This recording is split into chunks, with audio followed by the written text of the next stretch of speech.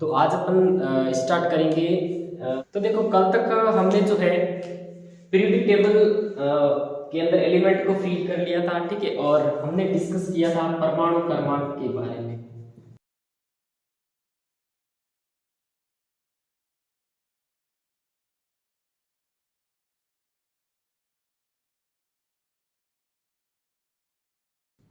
तो ये हमने पार्ट नंबर सेकंड के अंदर देख लिया था। आज अपन जो है बात करेंगे इलेक्ट्रॉनिक विन्यास की। आज अपनी इस क्लास में अपन डिस्कस करेंगे इलेक्ट्रॉनिक विन्यास, ठीक है। इलेक्ट्रॉनिक विन्यास जो नेक्स्ट बात करते हैं, नेक्स्ट हमारा जो टॉपिक है वो है इलेक्ट्रॉनिक विन्यास, इलेक्ट्रॉनिक कॉन्फ़िगरेशन, ठीक है। बिल्कुल इलेक्ट्रॉनिक कॉन्फ़िगरेशन जो है वो अपन आज सीखेंगे, इलेक्ट्रॉनिक विन्यास बनाना। अब देखो इलेक्ट्रॉनिक कॉन्फ़िगरेशन क्या है ये तो आपको पता ही है, ठीक है, और इससे क्या बेनिफिट है ये भी हम बात कर चुके हैं, ठीक है। नॉर्मली परमाणु जो होता है उसके बीच क्या होता है, एक गोला होता है जिसको धनावेशित गोला होता है जिसको नाभिक बोलते हैं, और इस नाभिक के चारों ओर क्या होता है, ऐसे वर्ताकार पथ होते हैं। हाँ बिल्कुल, सर्कुलर पाथ होते हैं, ठीक है, इस तरीके से। तो ये हमारा क्या है, एटम है, और इसके चारों ओर सर्कुलर पाथ होते हैं, ठीक है। तब देखो ये जो सर्कुलर पाथ होते हैं ना, इनको बोला जाता है कोश। ये क्या है, कोश है, और कोश को जो है वो n से प्रदर्शित करते हैं, ठीक है। इसको मुख्य क्वांटम संख्या भी बोलते हैं, मुख्य क्वांटम संख्या, मुख्य क्वांटम संख्या भी बोल सकते हैं, ठीक है। और इसको ऊर्जा लेवल, एनर्जी लेवल, ऊर्जा स्तर भी बोलते हैं, ठीक है। तो ये है परमाणु के बीचों बीच क्या होता है, धनावेशित गोला होता है जिसको नाभिक बोलते हैं, और नाभिक के चारों ओर ये सर्कुलर पाथ, वर्तीय पथ होते हैं जिनको ऊर्जा स्तर कोश कहते हैं, ठीक है। क्या कहते हैं, कोश, या फिर कक्ष भी बोल सकते हो, ठीक है। इनको जो है वो मुख्य क्वांटम संख्या। अब देखो हम जब चैप्टर नंबर 2 पढ़ेंगे एटॉमिक स्ट्रक्चर, तो एटॉमिक स्ट्रक्चर में इसके बारे में डिटेल में डिस्कस करेंगे। वहां से हमको चीजें और मतलब क्लियर हो जाएगी, क्योंकि वहां पे अपन इलेक्ट्रॉनिक विन्यास को बहुत डिटेल में पढ़ेंगे, ठीक है। तो इनको n से प्रदर्शित किया जाता है, और इनके मान जो है वो 1 से 2 3 4 डॉट डॉट डॉट डॉट, ठीक है, आ गई, ठीक है। और इनके जो नेम होते हैं वो होते हैं K L M N O, ठीक है, इस तरीके से होते हैं। तो ये हमारा जो है वो पहला कोर्स है, ठीक है, ये पहला कोर्स है, इसका नाम हो जाएगा K, ये सेकंड सेल इसका नाम हो जाएगा L, ये तीसरा कोर्स M, और ये चौथा course K L M N, ठीक है। तो इस तरीके से ये मुख्य क्वांटम संख्या होगी। अब देखो किसी भी कोश में अधिकतम इलेक्ट्रॉन जो है वो कितने भर सकते हैं, 2n² के बराबर, ठीक है। किसी भी कोश के अंदर मैक्सिमम आप कितने इलेक्ट्रॉन फील कर सकते हो, 2n² के बराबर, ठीक है। तो ये फॉर्मूला लगाते हैं, इसमें लगाते हैं, ठीक है। n की वैल्यू क्या है इसके लिए, n की वैल्यू जो है वो k के लिए हो जाएगी 1, ठीक है। तो 1 का स्क्वायर तो 1 ही हुआ, ठीक है, तो ये हो जाएगा 2। तो इसके अंदर 2 इलेक्ट्रॉन, मैक्सिमम कितने इलेक्ट्रॉन, 2 इलेक्ट्रॉन भर सकते हैं, ठीक है। अब L के अंदर L का मान 2 हो जाएगा, तो 2 का स्क्वायर कितना होता है, 4, ठीक है। तो 4 को 2 से गुणा करोगे तो कितना आएगा, 8 आएगा। तो इसके अंदर 8 इलेक्ट्रॉन भर सकते हैं अधिकतम, ठीक है। और M के अंदर जो कोर्स नंबर 3 है, इसके अंदर कितने इलेक्ट्रॉन मैक्सिमम भर सकते हैं, 3 का स्क्वायर 9 × 2, 18 इलेक्ट्रॉन, ठीक है। तो ये लो 18 इलेक्ट्रॉन। तो तीसरे कोर्स में अधिकतम कितने इलेक्ट्रॉन आएंगे, 18, ठीक है। अब बात करते हैं course number 4th cell. 4th cell की बात करते हैं, तो 4th सेल में मैक्सिमम कितने इलेक्ट्रॉन, 4 का स्क्वायर 16 × 2, ये हो जाएगा 32, है ना, 32। तो इसके अंदर 32 इलेक्ट्रॉन हम भर सकते हैं। तो ये अधिकतम इलेक्ट्रॉन की संख्या आपको पता होना चाहिए। इसके बाद बात करती है परमाणु में बीचों बीच धनावेशित गोला होता है जिसको नाभिक बोलते हैं, और नाभिक के चारों ओर वर्ताकार पथ होते हैं, सर्कुलर क्या होते हैं, पाथ होते हैं, जिनको कोश कक्ष, ऊर्जा स्तर, ठीक है, कहते हैं। इनको जो है वो n से प्रदर्शित किया जाता है और n के मान जो है वो 1 से शुरू होते हैं, ठीक है, 1 2 3 4 5। और इनके जो नेम होते हैं वो क्या होते हैं, K L M N, ठीक है, ये इनके जो है वो नेम होते हैं। और फिर आता है कि किस कोष में अधिकतम कितने इलेक्ट्रॉन भर सकते हैं, उसके लिए एक फॉर्मूला होता है 2n का स्क्वायर। यस, इस फॉर्मूले से अपन फाइंड कर सकते हैं कि किसी कोष में कितने इलेक्ट्रॉन अधिकतम आ सकते हैं, मैक्सिमम इलेक्ट्रॉन फाइंड आउट कर सकते हैं। इसके बाद बात करते हैं कोष जो होते हैं ना, उनके अंदर क्या होते हैं, कोष के अंदर होते हैं उपकोष। कोष के अंदर जो है वो होते हैं फिर उपकोष। कोष के अंदर क्या होते हैं, उपकोष होते हैं। सब सेल, इसको अपन सब सेल भी बोल सकते हैं। तो कोष के अंदर होते हैं सब सेल। सब सेल कौन कौन से होते हैं, एस पी डी और एफ, ठीक है। तो ये हमारे पास सब सेल होते हैं एस पी डी और एफ, ठीक है। अब देखो इनको जो है वो एल से प्रदर्शित किया जाता है, ठीक है। और इनका जो मान होता है ना वो 0 से स्टार्ट होता है। 0 पी के लिए हो जाएगा एल का मान 1, ठीक है, डी के लिए हो जाएगा 2 और एफ के लिए हो जाएगा 3। तो ये हो गया, इनको जो है वो एल से प्रदर्शित किया जाता है। और उपकोष क्रमशः एस पी डी एफ होते हैं, ठीक है। जो सबसेल होते हैं वो होते हैं एस पी डी और एफ, 4 टाइप के होते हैं, ठीक है। और इनको एल से प्रदर्शित किया जाता है, ठीक है। इनको जो है वो दिग्वंशी क्वांटम संख्या, दिग्वंशी क्वांटम संख्या भी बोलते हैं, क्योंकि ये जो क्वांटम नंबर सेकंड है, एजिमुथल क्वांटम नंबर, वो अपन को उपकोष के बारे में बताती है, ठीक है। तो इनको एल से प्रदर्शित किया जाता है और एल का मान जो होता है वो क्रमशः 0 2 3 4 आगे तक, ठीक है। तो ये हो गया। इसके बाद आता है कि मैक्सिमम इलेक्ट्रॉन कितने भर सकते हैं, मैक्सिमम इलेक्ट्रॉन, अधिकतम इलेक्ट्रॉन कितने भर सकते हैं। तो ये आपको पता होना चाहिए। एस के अंदर मैक्सिमम 2 इलेक्ट्रॉन भर सकते हैं, ठीक है। पी के अंदर 6 इलेक्ट्रॉन, मैक्सिमम 6 इलेक्ट्रॉन। ये इलेक्ट्रॉन कन्फिगरेशन करोगे तो आपको काम आएगा। और डी के अंदर मैक्सिमम 10 इलेक्ट्रॉन भर सकते हैं। एफ के अंदर मैक्सिमम 14 इलेक्ट्रॉन आप फील कर सकते हो, 14 इलेक्ट्रॉन भर सकते हो, ठीक है। तो ये एक बेसिक फंडा हो गया, ठीक है। अब अपन बात करते हैं, अब देखो ये जो उपकोष होते हैं ये परमाणु में किस तरह व्यवस्थित रहते हैं, ठीक है। देखो ये जो पहला कोष है ना, फर्स्ट सेल, पहला कोष, पहले कोष में जो है वो ओनली फॉर एस होता है, ठीक है। और एस जो है वो 1 पहले का है, तो इसलिए इसके आगे ये हो जाएगा पहले का एस, 1s, ठीक है। दूसरा जो कोष होता है ना उसके अंदर 2 उपकोष होते हैं, एक एस 2s और 2p। देखो ये 2 किसको प्रदर्शित करता है, 2 जो है ना ये कोष को प्रदर्शित करता है कि भाई ये जो S है वो दूसरे कोष का है, ठीक है। P जो है वो दूसरे कोष का है। तो ये उपकोष जो है ना, कौन सा उपकोष किस कोष का है, तो वो यहाँ से पता चलता है, ये जो नंबर है ना, ठीक है। फिर आता है कोष नंबर थर्ड सेल। तो थर्ड सेल के अंदर जो है वो 3s, ठीक है, 3p और 3d उपकोष होते हैं। 3 उपकोष होते हैं, 3s 3p 3d, ठीक है। और फोर्थ सेल के अंदर जो है वो चारों के चारों उपकोष होते हैं, एस पी डी और एफ, चारों होते हैं। 4s 4p 4d, ठीक है, और 4f, ठीक है। तो ये इस तरीके से परमाणु के अंदर कोष और उपकोष व्यवस्थित रहते हैं, ठीक है।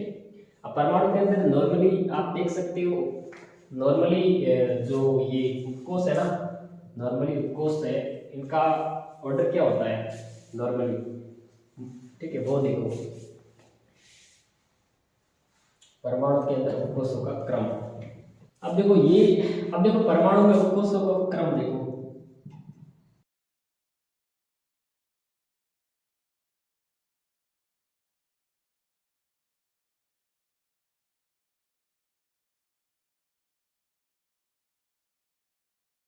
पहले क्या है 1s, ठीक है। इसके बाद 1s हो गया, फिर क्या है 2s, ये लो 2s।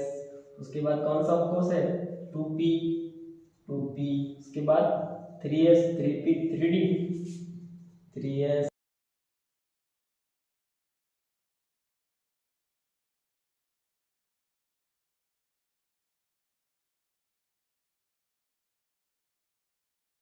sp3d और 4f। तो ये जो है ना, ये जो ऑर्डर है ये क्या है, ये परमाणु में उपकोषों का क्या है, क्रम है। परमाणु के अंदर जो है उपकोषों का क्या है, क्रम है। क्या परमाणु के अंदर जो इलेक्ट्रॉन है वो इसी मतलब ऑर्डर में भरे जाएंगे? ऐसा नहीं है। देखो परमाणु के अंदर जिस क्रम में ये जो कक्षक है, ये जो कक्षक है या फिर उपकोष है, ठीक है, जिस क्रम में दिए रहते हैं इनका एनर्जी का ऑर्डर इस तरीके से नहीं होता है। देखो इलेक्ट्रॉन हमेशा जो है वो कम ऊर्जा वाले कक्षक से, कम ऊर्जा वाला उपकोष, कम ऊर्जा वाला कक्षक या फिर उपकोष भी बोल सकते हो, तो कम ऊर्जा वाले कक्षक से अधिकतम ऊर्जा वाला कक्षक की ओर, अधिकतम ऊर्जा वाला कक्षक, ठीक है।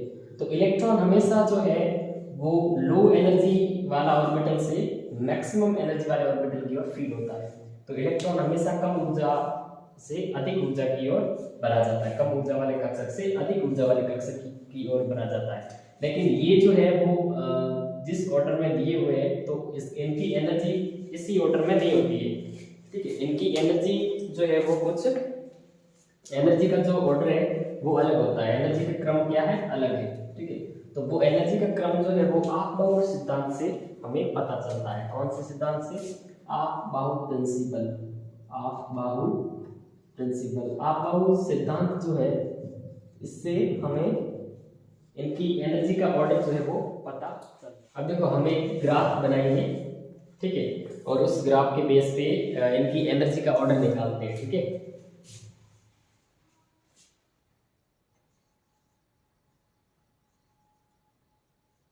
अब अपन कोस को, अब देखो यहाँ पे n बराबर 1,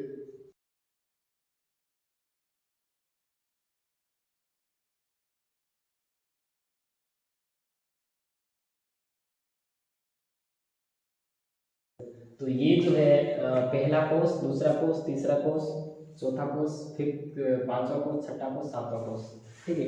तो एटम के अंदर जैसे अरेंज था वैसे हम यहाँ पे अरेंज करते हैं, ठीक है। देखो हमने देखा कि जो पहला कोस है उसके अंदर ओनली 4 एक ही कोस होता है, कौन सा, 1s, ठीक है, एक ही होता है वो है 1s, ठीक है।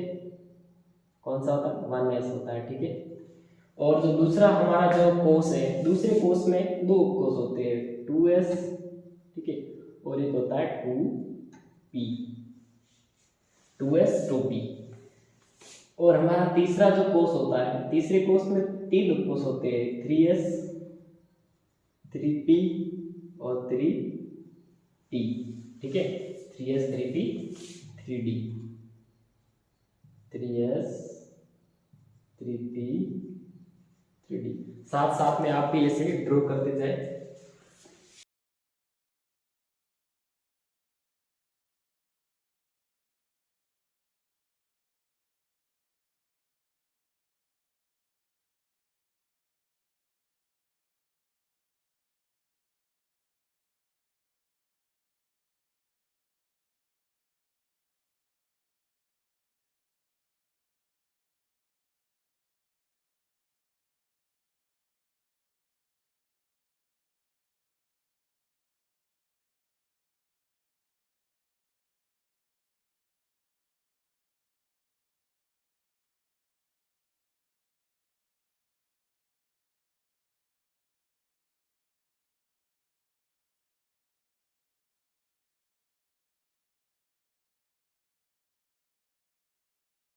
ठीक है, तो देखो ये क्या है हमारा, ये जो है कोस है, ठीक है, ये कोस है और ये क्या है, उपकोष है, ठीक है।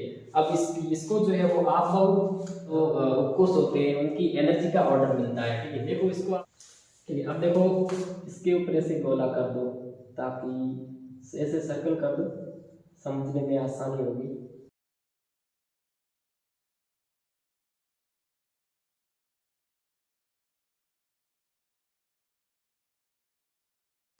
अब देखो एक चीज आपको बता दे, कक्षकों की ऊर्जा का क्रम, ठीक है, कक्षकों की ऊर्जा का क्रम क्या होगा, ठीक है।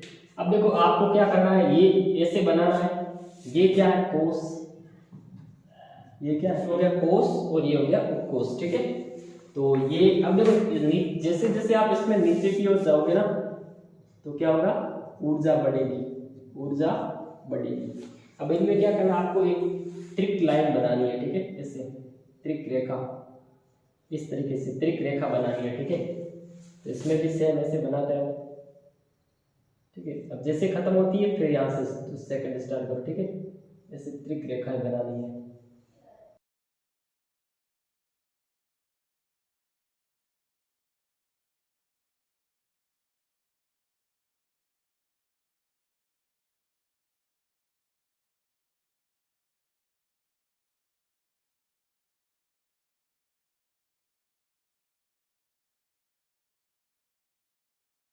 अब देखो इसके बाद आप, अब देखो इसमें इलेक्ट्रॉन, अब देखो इलेक्ट्रॉन ऊर्जा का क्रम क्या होगा, देखो अब आपको ऐसे चलना है, ठीक है, कैसे चलना है, ऐसे इस तरीके से चलना है, ठीक है।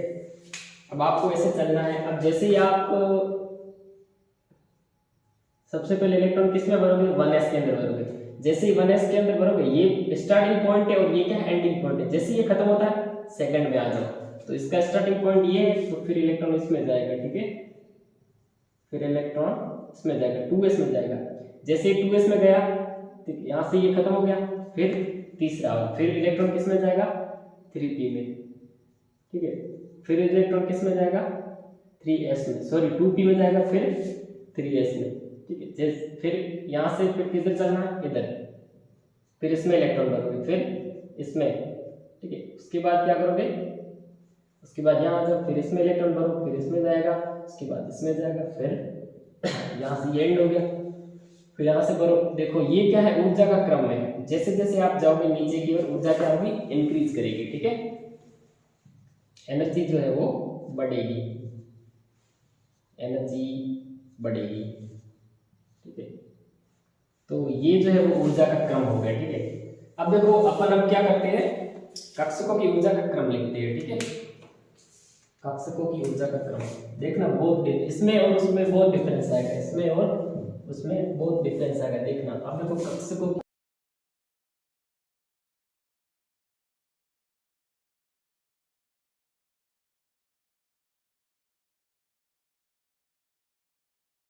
जा रही है, 1s के अंदर जा रही है, तो अपन हम जो है वो सबसे पहले इलेक्ट्रॉन किस में भरेंगे, 1s में भरेंगे। उसके बाद किस में जाएगा, उसके बाद जो है वो 1s के बाद जो है वो किस में जाएगा, हाँ 2s के अंदर जाएगा, ठीक है, 1s 2s। उसके बाद क्या होगा, उसके बाद जो है वो अपन इधर जाएंगे, 2p 3s, ये लो 2p 3s, ठीक है। तो ये 3s यहाँ से खत्म हो गया, फिर यहाँ से स्टार्ट करो वापस, 3p 4s, तो ये हो गया 3p 4s। अब देखो आपको फर्क लग रहा है कि नहीं लग रहा है, इसमें देखो 1s 1s 2s 2s 2p 2p 3s 3s 3p 3p, इसके बाद 3d आना चाहिए, लेकिन यहाँ पे क्या आ रहा है, देखो परमाणु के अंदर ऐसी अरेंजमेंट है, लेकिन रियल में इसका एनर्जी का ऑर्डर कुछ इस तरीके से होता है कि 4s की एनर्जी क्या है, कम है, और उसके बाद 3d की ज्यादा। हाँ बिल्कुल, तो ये ऊर्जा का क्रम जो है वो अलग होता है। तो ये कहां से पता चलेगा, इस ग्राफ से आप पता कर सकते हो, ठीक है। तो हाँ, तो 2s हो गया, 2s के बाद ये यहाँ से एंड हो गया, फिर यहाँ से फिर इलेक्ट्रॉन किस में जाएगा, 3d 4p और 3d 4p 5s, 3d 4p और 5s, ठीक है, 5s हो गया। उसके बाद क्या, 4d 5p 6s, उसके बाद हो जाएगा 4d 5p 6s, है ना, 4d 5p 6s। इसके बाद क्या हो रहा है, 4f 5d 6p 7s, फिर क्या है 4f 5d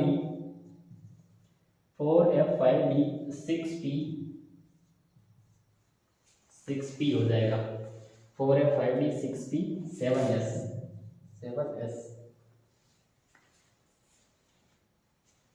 ठीक है। तो ये आगे आप जहां तक जरूरत होगी वहां से आप निकाल लेना, ठीक है। तो ये हो गया एनर्जी का ऑर्डर, ठीक है, ये हो गया कक्षकों की या फिर उपकोषों की ऊर्जा का क्रम हो गया। और ये क्या है, परमाणु के अंदर व्यवस्था क्रम, परमाणु के अंदर ऐसी व्यवस्थित है। देखो अब देखो परमाणु के अंदर जो है उपकोष कैसे है, परमाणु के अंदर उपकोष ऐसे व्यवस्थित है, ठीक है, लेकिन इनका जो ऊर्जा का क्रम होता है वो ये होता है, ठीक है, ऊर्जा का क्रम ये होता है जो हमें आर्म्स प्रिंसिपल से पता चलता है, ठीक है, क्लियर है। तो अब अपन क्या करते हैं, इलेक्ट्रॉन इनके अंदर भरते हैं, ठीक है। जैसे माना हमारे पास कोई परमाणु है, इसका एटॉमिक नंबर कितना है, 15 है। हमारे पास एक परमाणु है, ठीक है, एलिमेंट है जिसका परमाणु क्रमांक 15 है, तो उसका आप इलेक्ट्रॉनिक विन्यास कैसे करोगे, 15 इलेक्ट्रॉनों को भरना है, तो इसी ऑर्डर में भरना है आपको। सबसे पहले किस में जाएगा, 1s के अंदर, ये लो। एक बात मैंने आपको बताया था कि s के अंदर मैक्सिमम 2 इलेक्ट्रॉन भर सकते हैं, p के अंदर 6 इलेक्ट्रॉन भर सकते हैं। देखो s के अंदर 2, p के अंदर 6 और d के अंदर 10 इलेक्ट्रॉन, f के अंदर 14 इलेक्ट्रॉन भर सकते हो। तो अब आपको इलेक्ट्रॉन को फिल करना है। सबसे पहले इलेक्ट्रॉन किस में जाएगा, 1s के अंदर जाएगा, ठीक है। तो s कितना मांगती है, 2, तो s के अंदर आप 2 भर लो, ये लो, हो गया। उसके बाद क्या आता है, 1s के बाद आता है 2s, ये देखो 2s, ये लो 2s, ठीक है। आपके पास टोटल 15 इलेक्ट्रॉन है, ठीक है, आपने 15 भर दिया है, 15 है और आपने 2 इलेक्ट्रॉन भर दिया है, उसके बाद आपके पास 13 इलेक्ट्रॉन है। तो अभी इलेक्ट्रॉन इसके अंदर कितने आ जाएगा, 2, ठीक है। उसके बाद किस में जाएगा, 2p में जाएगा, तो ये लो 2p में p कितना मांगता है, 6, p के अंदर आप मैक्सिमम 6 भर सकते हो, ठीक है। उसके बाद क्या आता है, 3s, तो ये लो 3s, s के अंदर कितना भर सकते हो, 2, ये देखो s के अंदर मैक्सिमम 2 इलेक्ट्रॉन भर सकते हो, तो हमने s के अंदर 2 भर दिया, ठीक है। 3p के बाद क्या आता है, 3p, 3s के बाद 3p। अब देखो टोटल कितने इलेक्ट्रॉन हुए, ये हो गए यहाँ से 10 और ये 12 इलेक्ट्रॉन हो गए, अब 3 बाकी। तो अब देखो p के अंदर मैक्सिमम 6 इलेक्ट्रॉन भर सकते हैं और हमारे पास अब कितने इलेक्ट्रॉन रहे, 3 इलेक्ट्रॉन रहे, तो यहाँ पे हो जाएगा 3p3। भाई मैक्सिमम 6 इलेक्ट्रॉन भर सकते हैं, कम से कम तो कितने भी भर सकते हो, ठीक है। तो ये इसका इलेक्ट्रॉनिक विन्यास हो गया, electronic configuration of atomic number 15। कौन सा है, फास्फोरस। तो ये फास्फोरस का जो है वो इलेक्ट्रॉनिक विन्यास हो गया। तो ये आपको पता होना चाहिए कि s के अंदर मैक्सिमम कितने इलेक्ट्रॉन भर सकते हैं और p के अंदर मैक्सिमम कितने इलेक्ट्रॉन भर सकते हैं, d के अंदर कितने। उसके बाद आपको ये एनर्जी का ऑर्डर पता होना चाहिए, ठीक है। एनर्जी का ऑर्डर पता होगा ना तो आपको, तो इसी के बेस पे तो ये आपको ग्राफ जो है वो 1-2 बार इसको आप ड्रॉ करोगे तो ये माइंड के अंदर आपको याद हो जाएगा, फिर आप इजीली बना सकते हो ना। अब माना एक हमारे पास एटम है जिसका एटॉमिक नंबर कितना है, 28, ठीक है। तो आप 20 का कैसे करोगे, बिल्कुल भरते जाओ इसी ऑर्डर में, 1s2, फिर 2s2, फिर आता है 2p6, फिर आता है 3s2, फिर क्या है 3p6, 4s2, ठीक है। अब देखो कितने हो गए टोटल, ये यहाँ तक हो गए 10, 12, ठीक है, 18 और ये होगा 20। हाँ, तो ये इसका इलेक्ट्रॉनिक कॉन्फ़िगरेशन हो गया, ठीक है, ये इलेक्ट्रॉनिक कॉन्फ़िगरेशन हो गया इसका 20 का, ठीक है। इसी प्रकार अब आप खुद बना सकते हो, ठीक है, आप खुद बना के देखो, 22 का बनाओ, ठीक है, और 30 का बनाओ, ठीक है, 24 का, आप खुद से ये जो है वो बनाना, ठीक है। तो ये है इलेक्ट्रॉनिक विन्यास, ठीक है। तो देखो हमने आज देखा कि एटम के अंदर जो है वो कैसे कोष व्यवस्थित रहते हैं और उस कोषों के अंदर किस प्रकार से उपकोष व्यवस्थित रहते हैं, ठीक है। तो परमाणु के अंदर उपकोषों का जो व्यवस्था क्रम है वो ये होता है, इस तरीके से होता है, 1s 2s 2p 3s 3p 3d 4s 4p 4d 4f, इस तरीके से होता है अरेंजमेंट, ठीक है, उपकोषों का। लेकिन इलेक्ट्रॉन जो है वो जैसे परमाणु के अंदर उपकोषों का क्रम है वैसे इलेक्ट्रॉन नहीं भरता है। इलेक्ट्रॉन जो होता है वो ऊर्जा के बेस पे भरता है, मतलब कि जिसकी एनर्जी कम होती है उसके अंदर इलेक्ट्रॉन पहले भरा जाता है, उसके बाद मैक्सिमम एनर्जी वाला, भाई सबसे पहले कम ऊर्जा से इलेक्ट्रॉन भरेंगे फिर अधिक ऊर्जा की ओर भरा जाएगा। इलेक्ट्रॉन जो है वो भरने का क्रम ये होता है, ठीक है। अब देखो इनकी जो ऊर्जा का क्रम जो है वो अपन इस ग्राफ से बना सकते हैं, ठीक है। तो इस ग्राफ में आप जैसे जैसे नीचे की ओर जाते हो एनर्जी इंक्रीज होती है, अब जैसे नीचे जाओगे एनर्जी बढ़ेगी, ठीक है। और ये है कोष, ठीक है, पहला कोष के अंदर ओनली फॉर एक ही उपकोष होता है, वो होता है 1s। ये हमारा दूसरा कोष है, दूसरे कोष में ओनली फॉर 2s 2p होते हैं, तीसरे कोष में 3s 3p 3d होते हैं और चौथे कोष में 4s 4p 4d 4f, ठीक है। तो ये आपको पता होना चाहिए, ठीक है। तो इसके बेस पे आप जो है वो एनर्जी का ऑर्डर निकाल सकते हैं, और आपने एनर्जी का ऑर्डर निकाल दिया तो इलेक्ट्रॉनिक विन्यास जो है वो आसानी से बना सकते हो, ठीक है।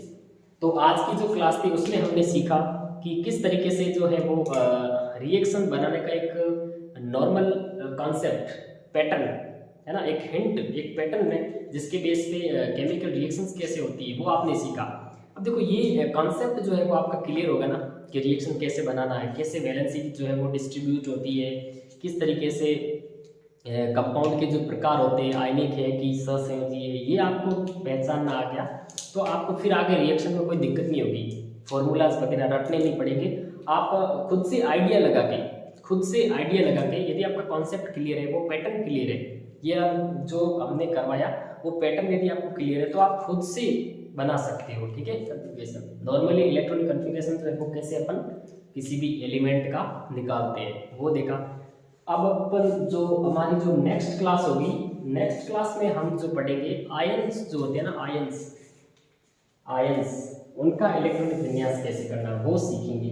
नेक्स्ट क्लास के अंदर जो है वो आयंस जो होते हैं ना उनका इलेक्ट्रॉनिक विन्यास करना सीखेंगे, ठीक है। जो आयन होते हैं, आयन जैसे Cu+1 है या फिर Cu+2 है, ठीक है, Na+ है, इस तरीके के जो आयन है ना उनके इलेक्ट्रॉनिक विन्यास कैसे करना है वो सीखेंगे, ठीक है।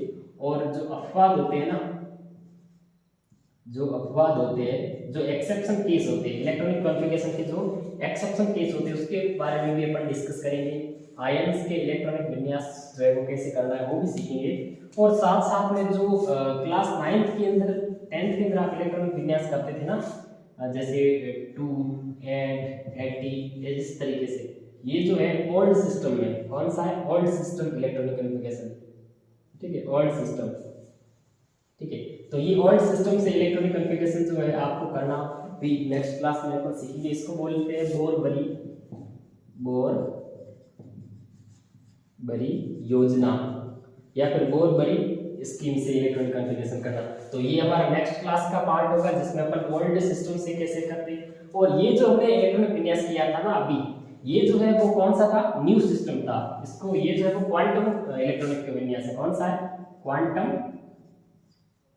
क्वांटम इलेक्ट्रॉनिक विन्यास, ठीक है।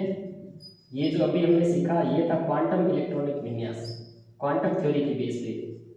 ये नेक्स्ट क्लास में करेंगे, मिलते हैं अगली क्लास में। आज के लिए इतना ही काफ़ी है, और कंटिन्यू आप कनेक्टेड रहे, ठीक है। और नंबर वाइज आप पार्ट कंटिन्यू देखिए, जैसे पार्ट नंबर फर्स्ट पहले देखें, फिर सेकंड देखें, फिर थर्ड देखें, क्योंकि फर्स्ट देखोगे थर्ड देखोगे तभी आपको जो है जो पार्ट नंबर 4 है वो समझ आएगा, क्लियर है ना। तो इसीलिए कंटिन्यूटी मेंटेन रखें, हमारे साथ बने रहे, ठीक है। और ऑर्गेनिक केमिस्ट्री हो, इनऑर्गेनिक हो या फिर फिजिकल हो, सारी प्रॉब्लम जो है वो आपकी खत्म हो जाएगी, ठीक है, यदि आप कंटिन्यू ये चीज़ें करोगे। क्योंकि ऑर्गेनिक जो होता है वो एक कंटिन्यूस प्रोसेस होता है, क्योंकि इसमें आपको कंटिन्यूटी मेंटेन करना बहुत ज़रूरी है, ठीक है। तो ये हमेशा प्रैक्टिस करना इसमें होता है, ऑलवेज प्रैक्टिस, ठीक है। प्रैक्टिस के ऊपर डिपेंड करती है, और कंटिन्यूटी मेंटेन रखो, ठीक है। तो केमिस्ट्री आपसे कंटिन्यूटी मांगती है, और ऑलवेज रिवीजन करो, ठीक है। हमेशा रिवीजन करोगे ना लिख के, तो तभी आपकी जो केमिस्ट्री है वो बूस्ट होगी, इम्प्रूव होगी, ठीक है। तो मिलते हैं नेक्स्ट क्लास में, आज के लिए इतना ही काफ़ी है।